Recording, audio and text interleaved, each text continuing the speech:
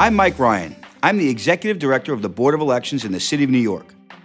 Thank you for watching this training video about maintaining the temporary solutions we've provided to improve accessibility at our poll sites. What you do as poll workers is so important for our voting process. Your hard work and attention to detail helps to ensure that all voters have a poll site that is safe, dignified, and convenient. Thank you for your service to the people of the City of New York. We cannot do it without you. The Board of Elections must ensure that every poll site is accessible to every voter, including voters with disabilities. While many people with disabilities have been able to use our poll sites in the past, we want to include everybody.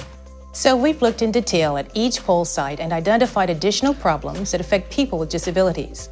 Then we developed temporary solutions to make our poll sites accessible as required by the Americans with Disabilities Act. These problems include such things as stairs, steps, or steep sections of walkways and ramps. When a walkway or ramp surface is not flat, we talk about it in terms of its running slope and its cross slope. The running slope is measured along the direction of travel. The cross slope is measured perpendicular to the direction of travel. A steep section of running slope on a ramp could cause someone who uses a manual wheelchair to get stuck part way up the ramp when they run out of steam, or if it's really steep. It could even cause them to flip over backwards. Surfaces with steep cross slopes can be difficult for people who use manual wheelchairs, crutches, or even prosthetic ankles. That's because the sideways force of gravity is always pulling them off to one side. It takes a lot of extra energy to fight that pull. It can also cause people using crutches to misgauge their strides and to get tripped up and fall. We've also found problems with ramps that have landings that are too short or too narrow.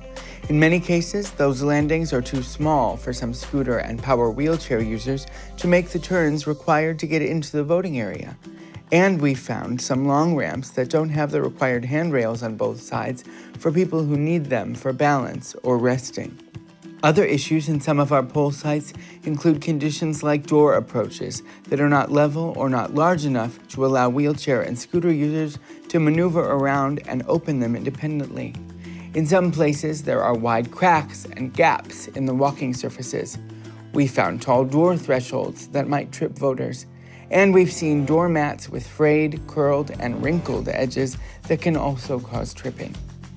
To solve these problems, the board has developed temporary solutions that include specialized mats, temporary aluminum ramps, transition plates, leveling platforms, gap fillers, and other simple solutions. As a coordinator, you will not be able to modify a ramp or reconstruct a platform, but there are some types of problems that you can catch and maybe even fix during the day. Those problems are the ones that we're going to cover in this video.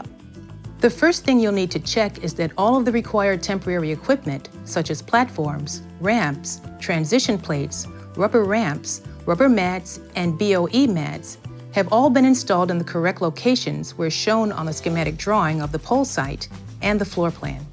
Following the ADA checklist in the coordinator's supply envelope, verify the location of temporary equipment at the beginning of the election day before the poll site opens.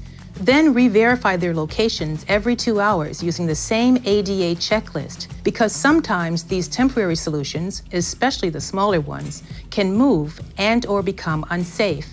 You'll also need to check that each temporary ramp's handrails don't become loose or wobbly.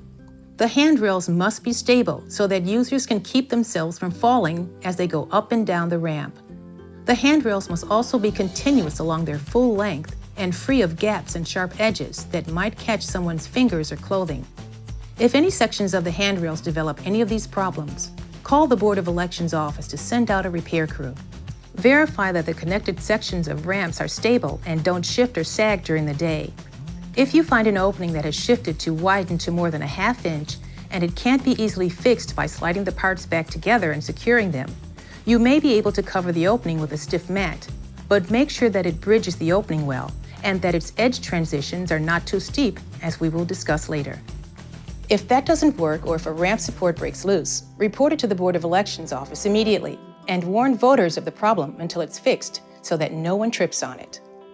Now that you know that the temporary ramps and handrails are in the right places and are stable, there are some other things to watch out for throughout the day. Many poll sites will need mats to cover deep cracks gaps, and openings in the accessible route that are more than ½ inch wide.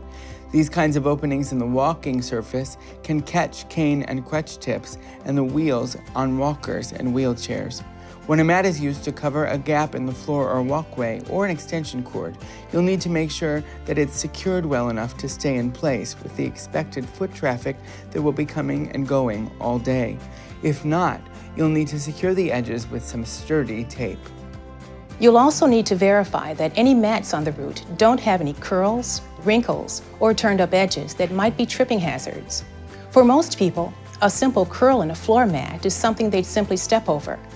But imagine that you're elderly, or someone else who walks with short steps or difficulty, or who has a balance problem. That curl could easily result in a fall and possible injury. Along this same line, you'll need to check for abrupt changes in level at every temporary platform, ramp, transition plate, and floor mat's edge.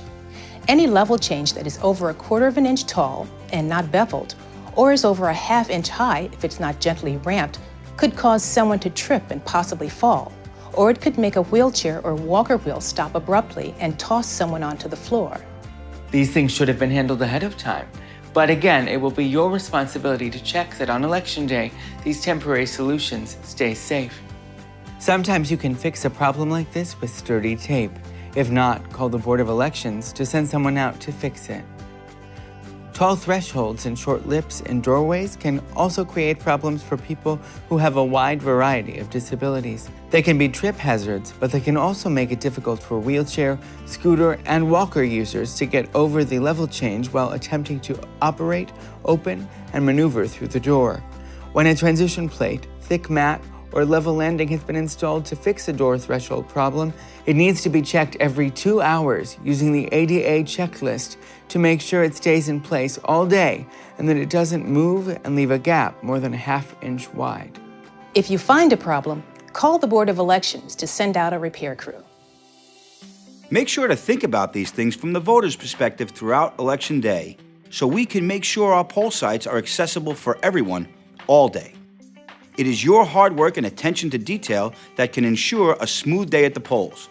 We are grateful for your time and we look forward to seeing you on Election Day.